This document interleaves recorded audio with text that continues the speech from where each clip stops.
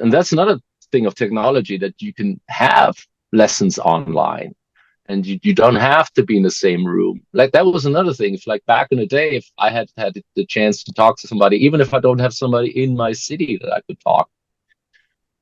that I could talk to or take lessons from, online is anywhere.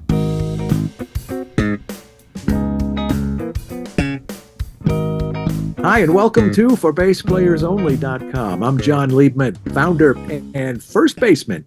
If you've ever wanted to play bass, you should know that right now there are thousands of people inside the For Bass Players Only community, a lot of them over 50, and they are learning bass, having the time of their life playing music that they love. You should come join them so you can experience that incredible transformation for yourself.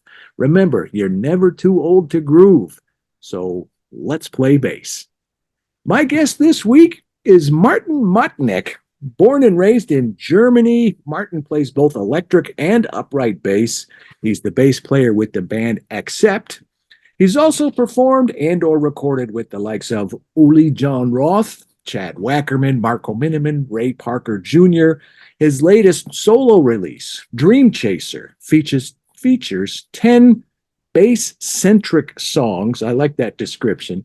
Each one showcasing a different guest musician. The list includes Joe Satriani, Bruce Kulick, Frank Gambale, Jennifer Batten, Andy Timmons, Greg Bissonette, Derek Sherinian. Seems we have a few mutual friends. It's got tapping, it's got slapping, it's got fretless, jazz, classical, electric, upright, and it's awesome. This is his first time on For Bass Players Only. Welcome, Martin. Great to have you. Thank you, John. It's so great to be here. I think that's a huge honor. And you're in Nashville, right? That's correct. A little outside Nashville, in this town called Mount Juliet. Okay, yes. I thought outside. I picked up that Tennessee accent of yours. Accent, right? I've been working hard on it. No, I've been to Germany a handful of times. And one time I just had to go up to somebody and say, I need you to teach me how to say two things that I have to be able to say. I need to be able to say, excuse me, and I'm sorry. Okay. Entschuldigung, and das tut mir leid. Both very correct. Okay, great. Well, let's talk about you. You, like I said, you were born and raised in Germany. I know you spent some time in California. As we said, you're in Tennessee right now. Tell me about those early days. How would you describe your musical upbringing and what attracted you to the bass? I think you started on guitar, didn't you? That's correct. So I was an early starter on the guitar. I got my first, it was more like a toy guitar when I was 4, and then when I was 8, I kind of nagged my parents into buying me like an acoustic guitar. And I actually don't know where it came from, because my parents are not typical like a musical family, blue collar workers, and but they always supported like my crazy ideas. And funny enough, my brother, who's 6 years older, he was also drawn to music. He actually works as a sound engineer now, like for many years in Germany. And so we both don't really know where it came from, but it just was like a spark in us. And I got this guitar. He played it more than me, and which always annoyed me. But then at some point, at that time we had like military draft. So he's older, so he had to go to the military. And one of the first things that he bought from the money you get by being in the military was a Squire Precision. And he brought that home. And I think his plan was that he wanted to keep playing my guitar, and he wanted me to be his bass player. Okay. That was his motive behind it. I think so. And but yeah, he brought it home, and I picked it up and played around. Like, oh my God, this feels good. Because I was never really good at like playing guitar. I taught myself some chords from a Scorpions songbook as a good German. But I was never like fishing. I was never going to be exceptional. But on bass, I was like this. It was just the spark. The strings felt better. Everything was just way more. It resonated with me. The vibration, one note at a time, and I just really loved how it felt. And from that moment on, I was hooked. that was like how I spent my teenage years. Was just I came home from school and I picked up the bass and I just started playing. I tried to find a bass teacher, but the only person they had was in a local music store. I was like from a smaller mid-sized town, and they had a couple of music stores, and there was no really music school where they would teach bass guitar. It was just this guitar player who basically just jammed with me. He gave me a songbook and we played together a little bit. And I was like, I'm learning more from just sitting at home and practicing and listening to albums and focusing on the bass than what he's shown me. And so I kind of like stopped that pretty quickly. And then after that, I just taught myself. And then relatively soon after that, an album came out that changed my life. It was the first solo album or first full record of David Lee Roth after he left Van Halen. Skyscraper, Eat 'Em and Smile. First Skyscraper was after, and then I heard Billy Sheehan on bass, and I thought, what is that? and so I just dissected his playing, and then Skyscraper came out, and then I watched him like whatever you could get, like VHS tapes, or that was basically it. Yeah, he had a tape coming out that where he like instructional VHS cassette. So I devoured that, and so that was kind of like where I was drawn to. I was very early drawn to rock anyway, also because I owe my brother a lot in terms of music influences. So my first concert was Deep Purple in 1985 when they had their reunion tour. So he went there with me. I was like 11 or something. And so those were all defining moments. And so I was always drawn to rock bass playing. Then got The Who, John Entwistle, and then Rush, of course. So everything that's like virtuoso. And then I was also very drawn to like virtuoso guitar players like Joe Satriani, Steve Vai, later then of course Billy Sheehan, Mr. Big, then Paul Gilbert. Those were my influences. But as I said, as they say, I didn't choose the bass chose me. That's kind of like how it felt. I've definitely got your number. You just you saved me from asking a whole lot of questions that I don't have to ask because you already answered them. So that's great. Okay. I'm sorry. I talk a lot. No, hey, that's what we're here for. They don't want to hear me talk. They want to hear you talk. What about your career? How did that get started? Were you doing a lot of stuff in Germany, or did most of that happen after you came to the States? Or what's that story? Yeah, so it was not enough in Germany. That was one of the reasons why at one point I decided to go to the States. I took it. I was a little bit more careful, and I was listening to my parents. So when I told them any idea of like me pursuing music as a profession, was like, yeah, but you still have to learn a real job. And so when I was done with high school, first I started working at a bank. So my first job was a banker, and did that for 4 years. But I knew I wasn't gonna be able to do that. And then at one point, my boss approached me and said, "You'd be great in management. I'm gonna sign you up for a management program." And that was the day that I knew I had to quit, because I didn't want to get sucked into this. So I quit the bank, told my parents about it. So that's one of the only times that I remember that my dad raised his voice. And he was like, "You're giving up a great job." And I'm like, "I know, but I can't do it." So, but then afterwards, I signed up in college and went for a business degree, because I thought, I already have that. And it's going to be useful knowledge, that kind of stuff. So I went to college. In Germany? But in Germany, yeah. But during that, I always had bands. I was always playing. At that point, I had I think my second original band. The first one already kind of like fell apart, as it goes.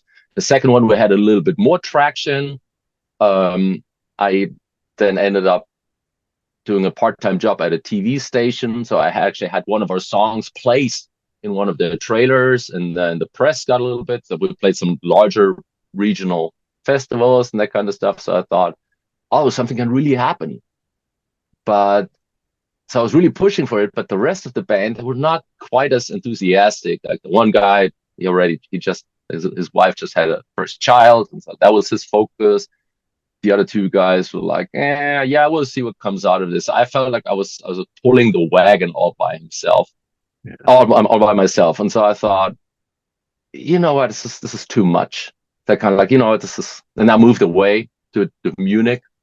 And then I felt like, yeah, this is not going to go the band route. I'm not going to get to success. Because at that point, I was already like, at some point, I want to do this for a living. And either you have a band where like everybody's just focused and determined, and that's all they want to do, or it's not going to go anywhere. And that's when I decided, you know what, I'm going to be freelance.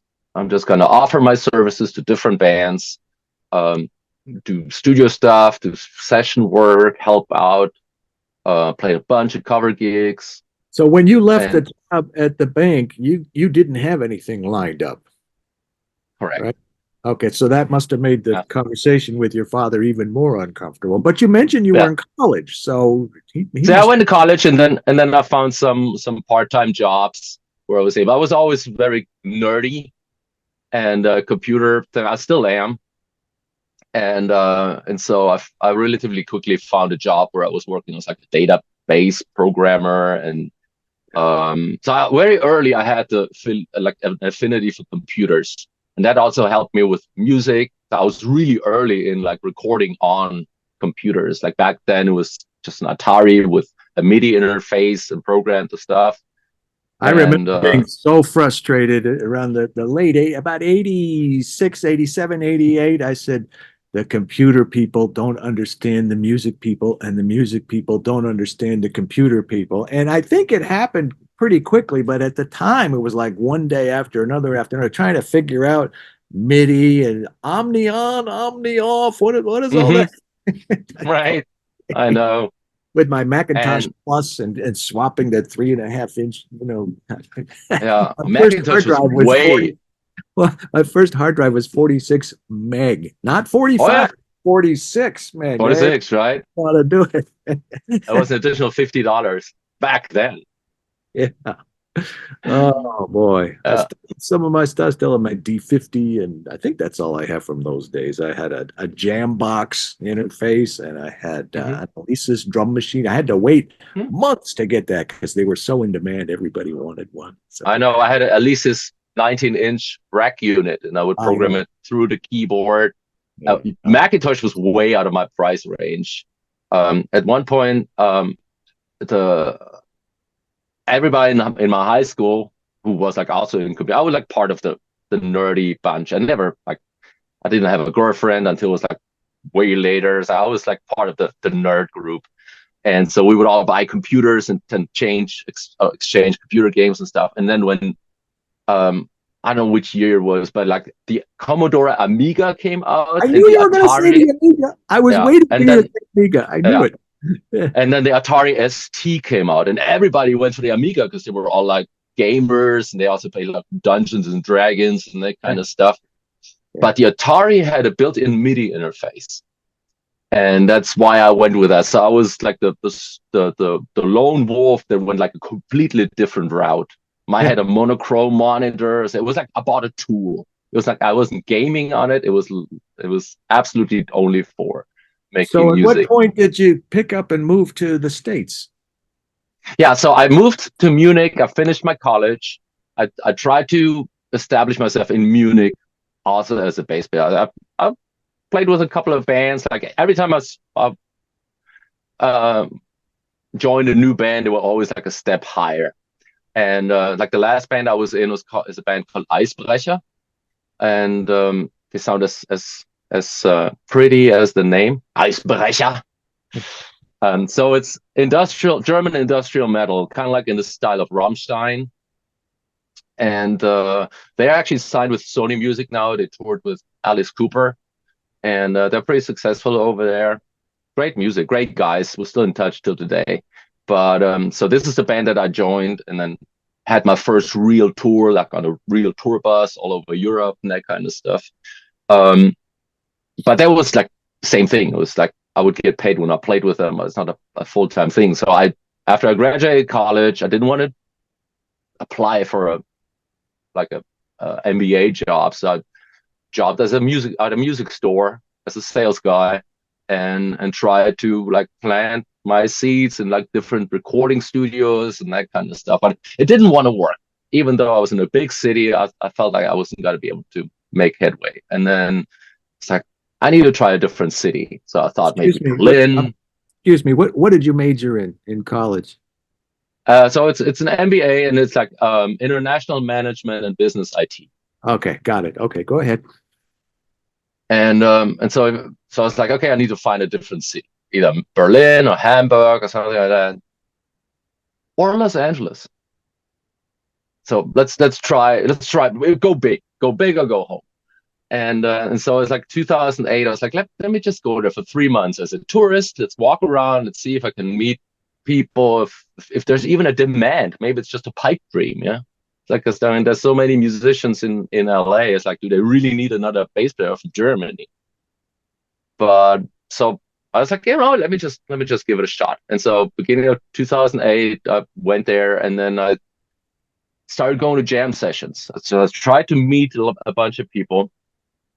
And so I went to the Baked Potato every Monday, just to listen. And then after a few weeks, I was like, oh, maybe I can jam. And then that's how you get to meet people. And then go back, and then they start to recognize you. And that's how you make connections. Then a couple of years before, I was still living in Munich. I made my first solo album, Bass Invader. And that was just supposed to be like a virtual business card. I wanted to show people what I'm capable of doing on bass guitar. So it backfired a little bit, because nobody wants to hire a bass player for the record that's just playing tapping and slapping and like it's all over the fretboard. It's like, that guy overplays. But I got some good press out of it, and I hired Greg Bissonette to play on it. And that's how that contact came about. Detroit. And so when I moved, Detroit, Michigan. Yeah, Detroit. Yep. That's how I know his brother very well. I've met Greg a bunch of times, but I know Matt much better. Yeah. Matt was actually the recording engineer of the album. And it was pretty cool, because I mean, I have my highest respect for those guys. So I was like nervous to even approach them. But it was super cool. And then when when the drums were recorded, Greg sent me an email and say, hey, can you call us? We're in the studio. And I'm like, oh, so I called him from Germany. It's like, hello? It's like, hey, man, this is Greg. You know how he talks. He's the voiceover for Winnie the Pooh. True story. And yep, true story. And so we're talking, and it's like, hey, man, great job, great songs, love playing. And hey, my brother wants to talk to you. I'm like, okay. And so, hey, Martin, this is Matt. I'm like, hey, man. I just want to let you know that I'm gonna take your album. I'm gonna release it under my name. and I was so like, my English was by far like just school English, and so I didn't know what was it supposed to mean. I was like, okay. And he's like, I'm joking, man. It was so good. It's just so awesome, man. It was your tracks. I love them, and we had such a great time. So sending over the tracks. I'm gonna put them on the FTP servers. They'll download all good. And so those guys were also a big help when I told them, hey, I'm coming to LA. If you know somebody, or if there's anything you want to point me into a direction, I would really appreciate that. And then they did. I got some jobs out of that, met some cool people, and that's how I ended up playing with Ray Parker Jr. That was a Greg Bissonette referral. So 3 months into what?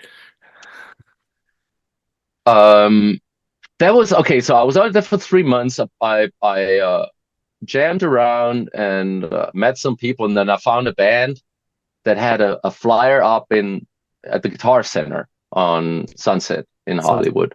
Yeah, and it was the singer who was on tour with Peter Criss from Kiss, and he had Chris Slade from AC/DC on drums. And they're like, we're looking for a bass player. I'm like, that sounds too good to be true. But then again, I'm in Hollywood, so where if not here?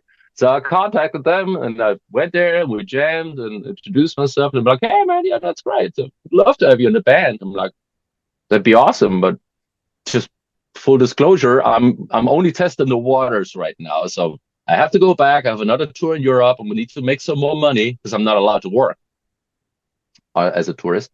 So I have to go back, make more money. But you just gave me the reason to come back, and so that's what I did. I flew back after 3 months in April. Played a tour, made some more money on at the music store, and then I flew back to LA, and then the second for another 3 months, so to speak. And that's where things picked up with that band. Ecotonic was the name, and then that's where I met some more people. Then I got some of those gigs, and yeah, I wasn't allowed to work officially, but then that's where like okay, get like paid under the table and that kind of stuff. You just do what you have to do, and so I was there for another 3 months, and then I was like, I kind of have to leave again because I didn't want to overstay my visa. It was at that point it was clear I wanted to stay in the country, but I wanted to do the right. And so I was like, okay, I got to figure out something new. And a week before I was supposed to fly back to Germany, I get a contact from a German bass player who has basically kind of the equivalent what you do is the German Bass Professor magazine. It's like the bass magazine in Germany. Lars Lehmann. I know Lars. I figured. Yeah, I know Lars very well. Yeah. Great. So great.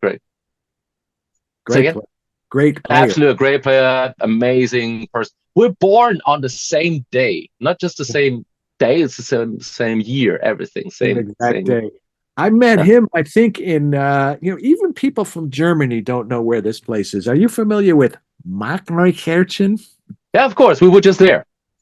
We were there because I play Sadowski. So Sadowski is now, okay. Yeah. I was there. But Wolf from Accept, he plays Framers, so we're really, really well known. We're good friends with Hans-Peter Wilfer. Hans-Peter Wilfer and his son, Nico. Mm-hmm. Yep, I know them all. And I interviewed your predecessor, Peter. Peter? Mm-hmm. That's had a couple of I think it's Summer NAMM actually in Nashville, and maybe they were both there. I don't know, but great guy. I have nothing but respect for Peter. I met him one time in Nashville. It was like a gig. It was actually a gig where I played with a different band. He happened to be in the audience, so I could only talk for him for a minute. But I just said, "Hey, man, I really I'd like to congratulate you for an amazing career in music." And I have the highest respect for you, and all I can do is I'll do my best to do you justice in the band, because it was his decision. He left, so I'm like, somebody had to fill the shoes, and they're big shoes, and all I can do is just do my best. So, what happened that enabled you to stay in the U.S. permanently? Yeah. So Lars Lehmann had played in Germany with Uli John Roth, the guitar player of the former guitar player of the Scorpions, and Uli was gonna go on an American tour, and the bass player who was supposed to go on tour with him, it didn't. I don't know. Something got in the way, so he couldn't go. And so Uli asked around, so do you know somebody in the States who could play? And Lars had interviewed me for the magazine and had done a review about my album. And I told him about the plan. So I'm going to go to, because it was like in December before I left. So he knew I was in the States. And so he's like, I know this guy, Martin. He's in Germany, but he lives in LA. And so he didn't know my immigration status or whatever. All he knew was like, I'm in America. And it's like, he's a great guy. He could play. He's got the look and everything. I had long hair, but at that time still. Yeah. And so Lars contacted him. He said, "Hey, I got you in contact with Uli John Roth to go on a tour with him." And I was like, I would love to, but I cannot work. I have to go back. My visa's expiring. I wish I could do it. And he's like, okay, well, I'll tell him that, and then you can talk to him and you figure it out. I'm like, okay. So a couple of days later, I get a phone call from Uli, and he's like, so what's the situation? I'd explained it. I was like, hey, I'm here on a tourist visa. I'm basically just testing the waters. I have to go back. I want to come back, but I don't know how and when and how it's going to work out. And he's like, well, we can try to get you an artist visa. I'm like, hey, I said, but there's other bass players here in town, you know, and I gave him some names that they could easily do it. But I think he really liked the thought of having like an all German band so that the communication would be easier. And he was like, now let me talk to my lawyer and let's see what it would take. And long story short, they made it happen in a week. I still had to fly back. I had to go to Munich to the embassy to apply for the visa, like an emergency visa. But there's so many steps involved. They had to get approval from the musicians union in the United States. It has to be applied for expedited with the embassy, which I know must have cost so much more than I made, probably. I don't know.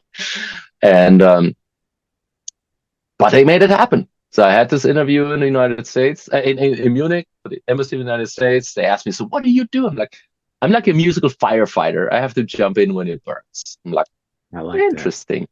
that. I like that. And so it's like, okay. And I was like, okay, approved. So within a week, I had to fly back to Munich, do the interview, and then learn like 2 hours of intricate material because he was just about to release his album, and it's very orchestral. Under a Dark Sky is the name of it. Uli's solo album. It's very.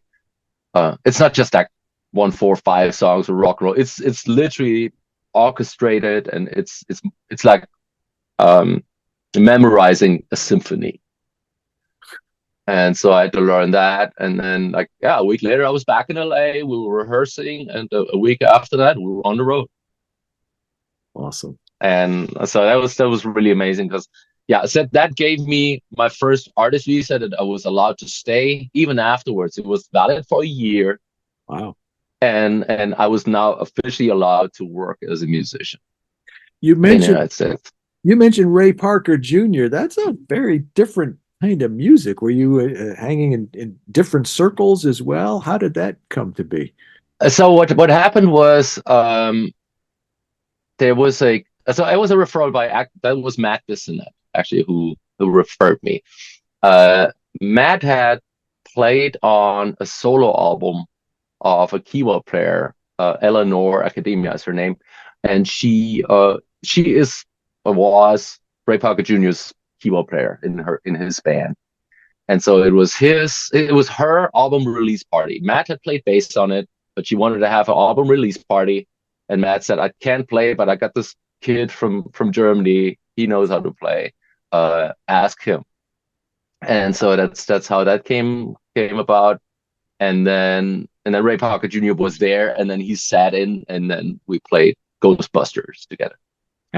and it was a really amazing band too. As she knows so many people, it was Ben Morrow was the guitar player. He's Lionel Richie's guitar player, and Eleanor almost got the job as Stevie Wonder's second guitar player. So I was just thrown into this mix of just names. I'm like, how the hell did I get here? Yeah. But it all started with asking or hiring Greg for my CD. So Greg is so well connected and just so loved in the industry, and just his referrals and his word just goes so far. I owe him so much. Him and Uli John Roth are the two people that I owe basically most of my music career to. So to answer your original question, it didn't work out in Germany the way I wanted it. It basically started for me once I moved to the United States, and this is why also I see that as like my new life. The Bissonettes, you're right. They are great people. I met Matt. We were in a summer jazz program at a community college in Dearborn, Michigan. And he was a great bass player. We were like 20 years old. He's a couple of years younger than I am. One day he brought in his older brother. His brother was like 24 at the time. And he played, and everybody said, that kid's going places. Greg, for that name, Greg Bissonette. You're going to hear it a lot. He was like 24, and he was just playing his head off with the big band. Yeah. Great memories. So tell me about Dream Chaser. Yeah. I figured you'd want to talk about that. Not sure. Okay. Well, I call it my COVID project, as so many came out. So I had just joined Accept. I joined Accept 2019. There was another thing probably gonna get to. It's like one of those right place, right time kind of moments. I had just moved to Nashville. A month later, I found myself being in Accept, and just things just started to take off. We were going on the road. It was kind of like a similar situation like with Uli. I had like a couple of weeks to learn the orchestra show, and got on road, and then we're gonna make a new album. 2020 is gonna be so great, and we're gonna go back on the road, and then COVID hit, and we're like, yeah, everything comes to a screeching halt, and I was like, okay, well, I guess we can focus on the new album now. So we made the first Accept album I'm on, Too Mean to Die, and then when that was over, and I realized probably not gonna be any live music for a while. I was like, yeah, I gotta use the time somehow. And I had already collected a few ideas over the years, just demos and scratch stuff. And so I was like, okay, I'm gonna start doing that. And while I was recording the songs, they were all arranged kind of like typical rock song arrangements, like verse, chorus, bridge, and then but everything instrumental and everything played with bass instruments. And then when there was time for a solo, I was like, well, but I'm already soloing the whole time. So I got the idea, hey, let me get some guest musicians. And then of course the first people I thought of were the people that I already played with. So I contacted Uli, I asked Wolf, and it's like, hey, would you guys be interested in playing a solo on my record? And they both said no. Really? I was like, oh, okay. And they both basically gave me the same reason because they didn't know me and didn't know what this is gonna be like. And they said, you know what? And they didn't know I asked the other person. It was like everybody told me, you know what? I've done that before, and then there's this whole album, and I do a guest solo for 16 bars, and then basically all the spotlight is on me. And I'm like there, and like, and it's like I'm so I don't want to be like the what's the word? Kind of like the hood ornament for your album. Like everybody's looking at me, and I'm like, yeah, you don't understand the plan that I have, but it's okay. I understand because my plan was I wanted to get those guys, and then by being able to say I have those two guys, ask other guys.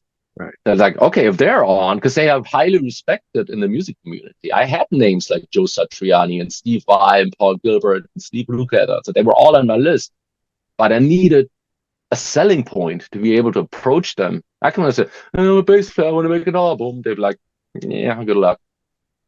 And but I understood. And so I was like, okay, then I'm not gonna bug you. I'll keep it in my back pocket. I'll come back. And then I said, okay, then let me just approach the people without them, just with my credibility. So I started just recording the tracks, and then I knew Greg was going to play. We had done other recordings too. We actually played on other people's albums together as well. And so I knew if I asked Greg, he would do it. And then I knew Wally Reyes Jr., the drummer for Chicago, but he also played with Santana, and he played with Steve Winwood and Christina Aguilera, and we had jammed at the music store in Munich. He had given a clinic, and he asked me, "Is there a bass player here could jam with me?" So I ended up jamming with him, and that's how we became friends. And I knew he was going to play on it, and then I started thinking, okay, who would I know? And then Greg again, I told him about Andy Timmons. I went to school with Andy. We went to school together at University of Miami. Oh, seriously, wow, he is such a nice guy. I had only met him once at a jam at the NAMM show in Anaheim, so we only talked for a minute. So he was jamming, I was just watching. But I was telling Greg about it, and it was actually I was sitting right here in my studio, and Greg was recording my drum tracks, but I was able to watch it live via Zoom. And then after he was done recording that one track, which is kind of like more like a slow tempo, dreamy song. And I said, you know what? I would love to have Andy Timmons play a solo on that because, like, with his feel and his sound, it'd be perfect. Just saying it to him. And Greg goes, you know that I'm in a band with Andy, right? I'm like, I had no idea. Oh yeah, man, the Redcoats. I'm like, with Matt. And I'm like, sorry that slipped my mind, but wow. And he said, yeah, man. Pulls out his phone. He's like, I'll text Andy right now.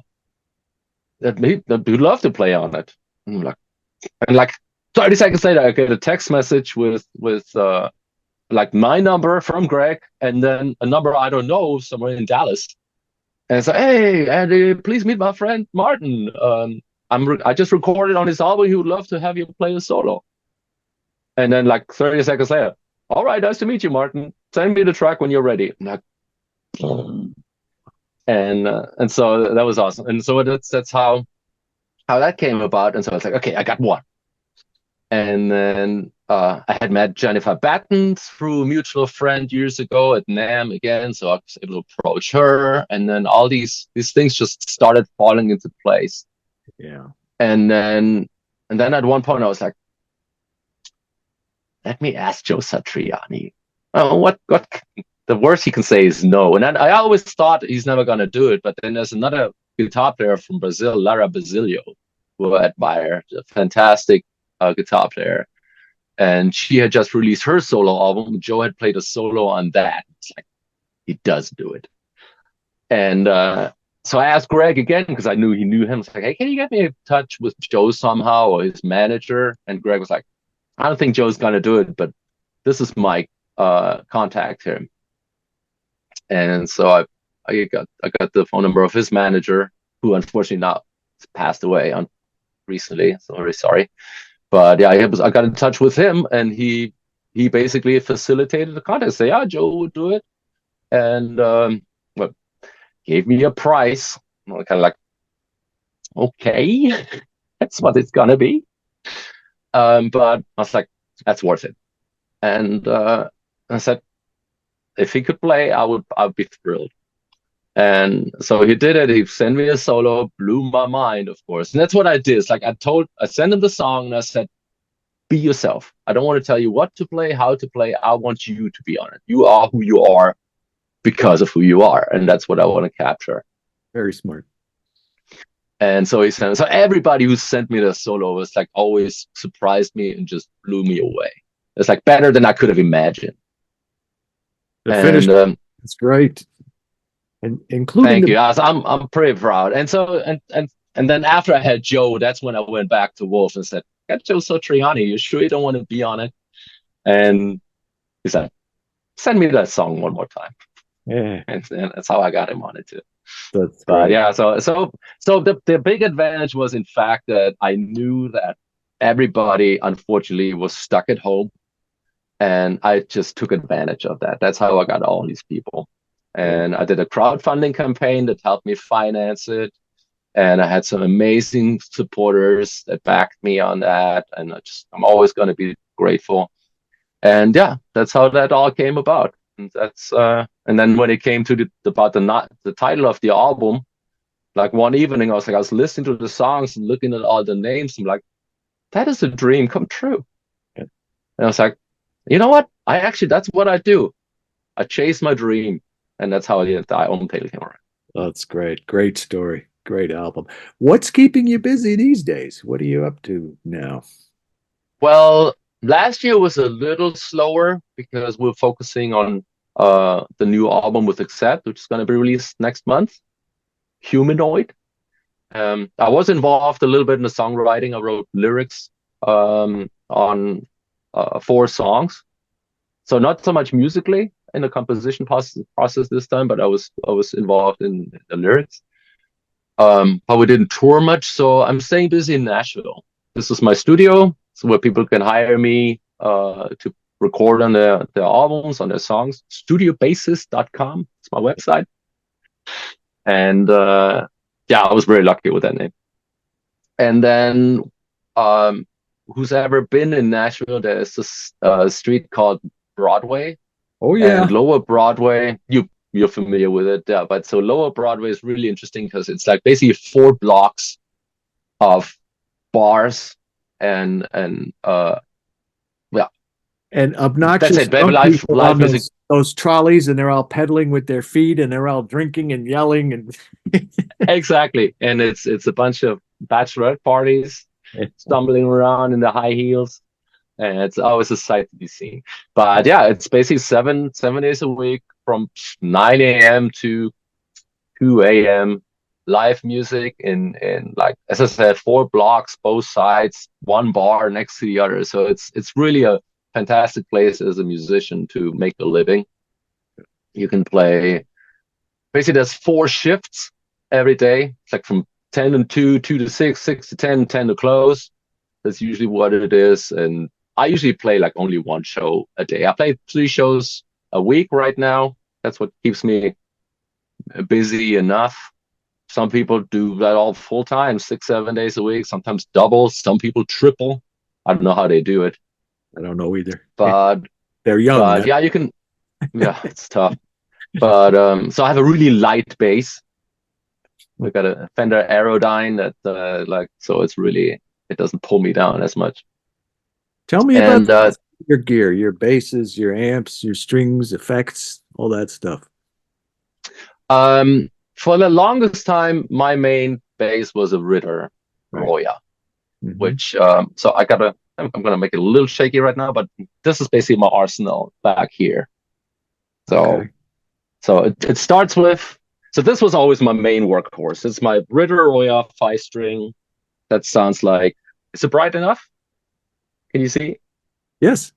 Okay, so this I had this for, yeah. Oh, this is the serial number 0419. So in 2004 he built it. So it's 20 years now.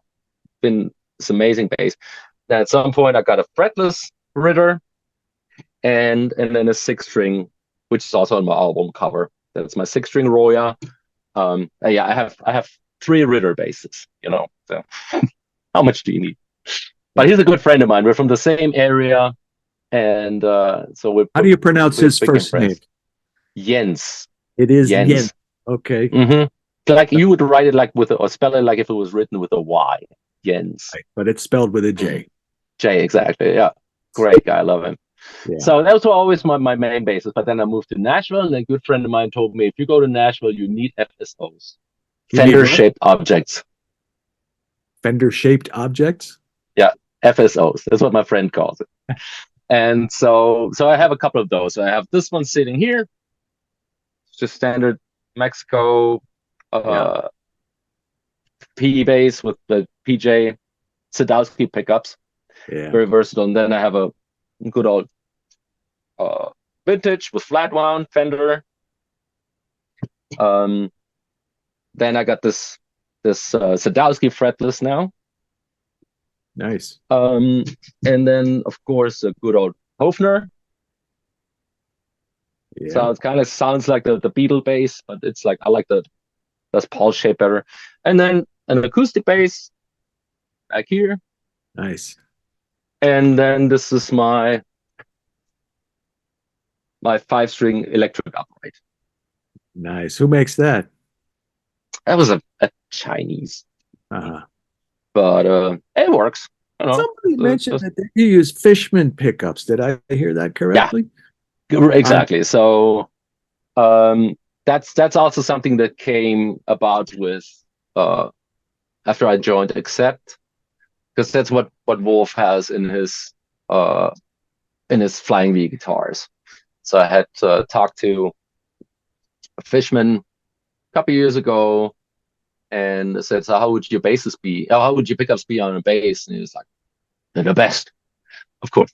And so they gave me a few. So yeah, exactly. I actually have it here. Usually I don't have it here, but so this is the bass that I play with Accept.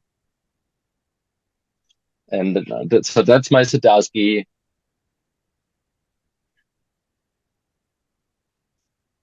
Yeah. As you can see. And I put 2 Fishman pickups in here. And so I covered the one with chrome because fits Yeah. better. And this is not something else. So I modified it. It was just a standard bass, and I did all this stuff. My friend of mine cut me the pick art and etched it. And so if I plug it in, I hope it works. If I pull the knob up, I do it all the time. But basically, the logo lights up. Ah, nice. So good joke. Put the knob back on. And yeah, so this is where I have the Fishman pickups, and yeah, they sound amazing because it's as you can see, it's a very simple design. I have them both wired together in one volume knob. So this bass has that the push pull is really just for the light. Everything else is just this bass has one sound, which is great for Accept because the less parts a bass has, the less can go wrong. Yeah. Usually, like this one in the studio, it has, you see, like has a bunch of knobs, and it has the two pickups, and you can push this, and it has the bass and treble and all kind of stuff.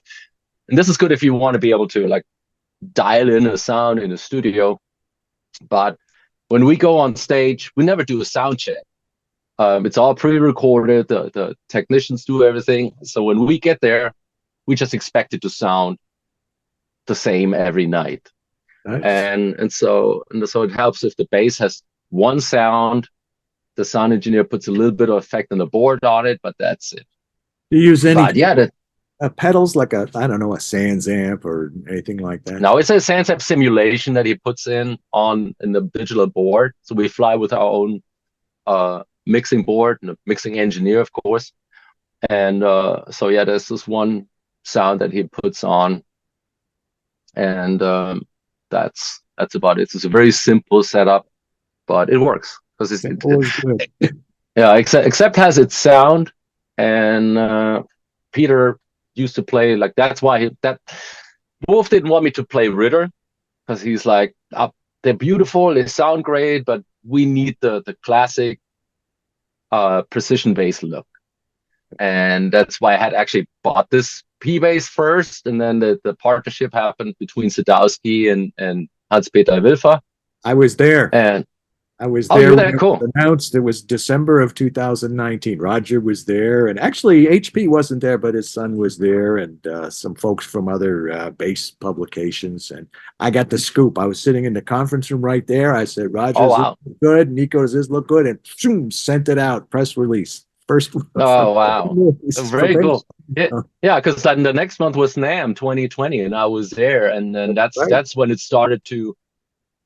Kind of like, hey, what if I played Sadowski? And then I looked at the basses, and it was all jazz bass shape. And I'm like, and it's just weird, but I'm not a big jazz bass fan. Kind of the body shape just doesn't, and it doesn't look like rock and roll to me, in my opinion. I mean, Flea will disagree, of course, but it's like my first bass.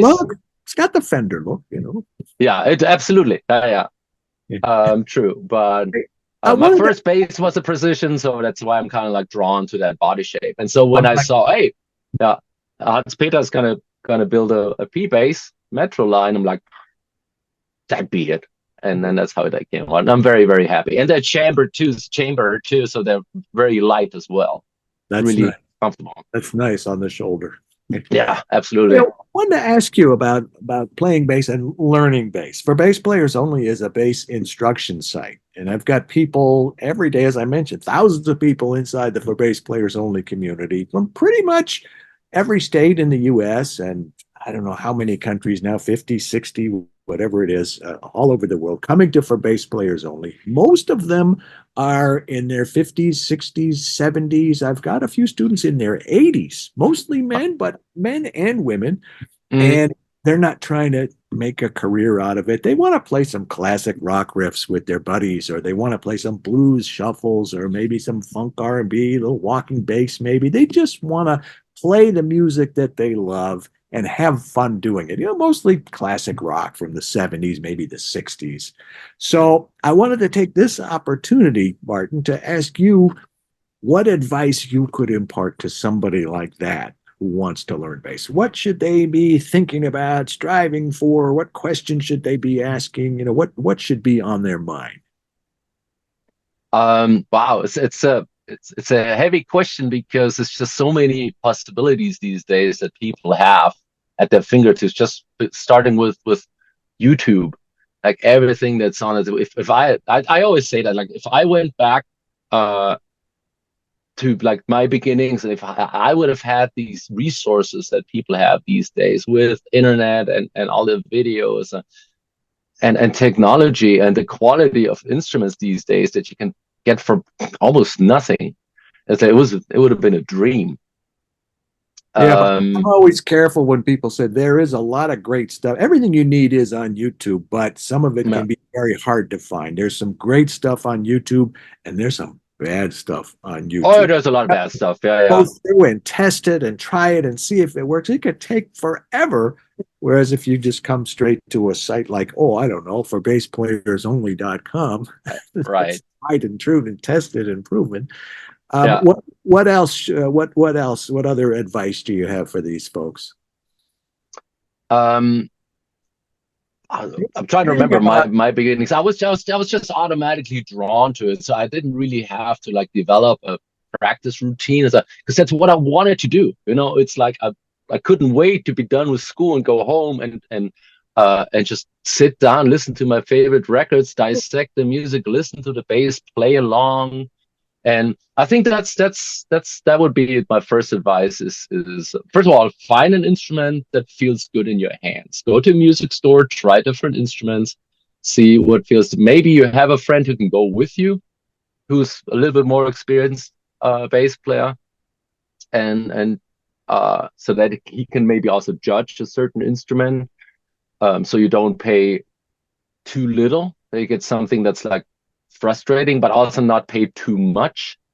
I'm also a big fan of buying used instruments. I would say by now probably half of my instruments that I have I bought used. Because if they're in great shape, I mean it's nothing bad with them, if you're a little bit experienced and you know what stuff's supposed to look and feel.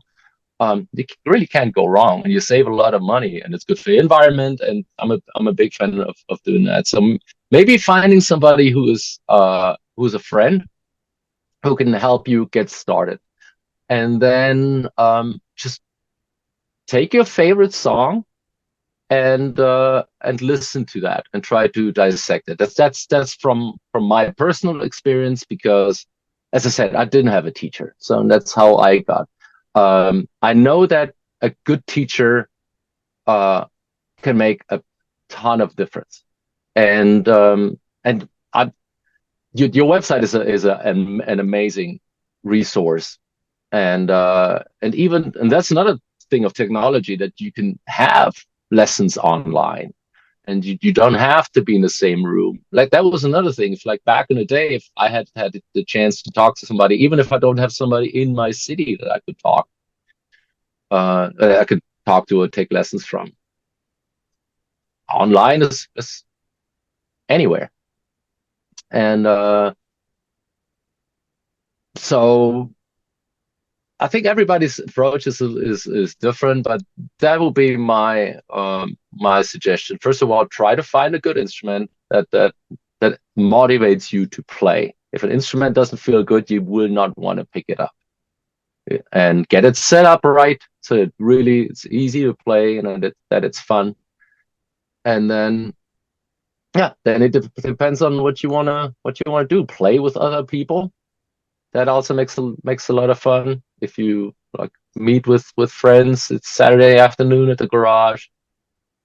Making music is a community experience.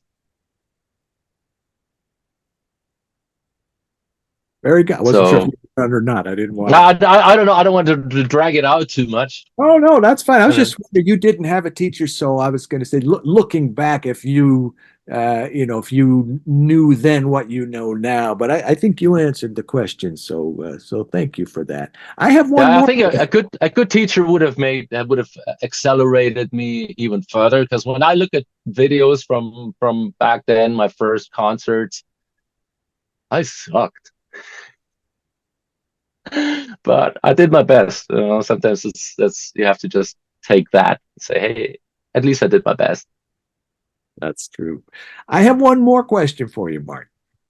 if you could imagine, what would you be if you were not a bass player? Something outside of music. I would probably do something with computers.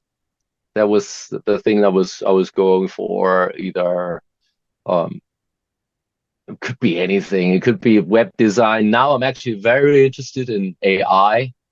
It's a subject that interests me a lot.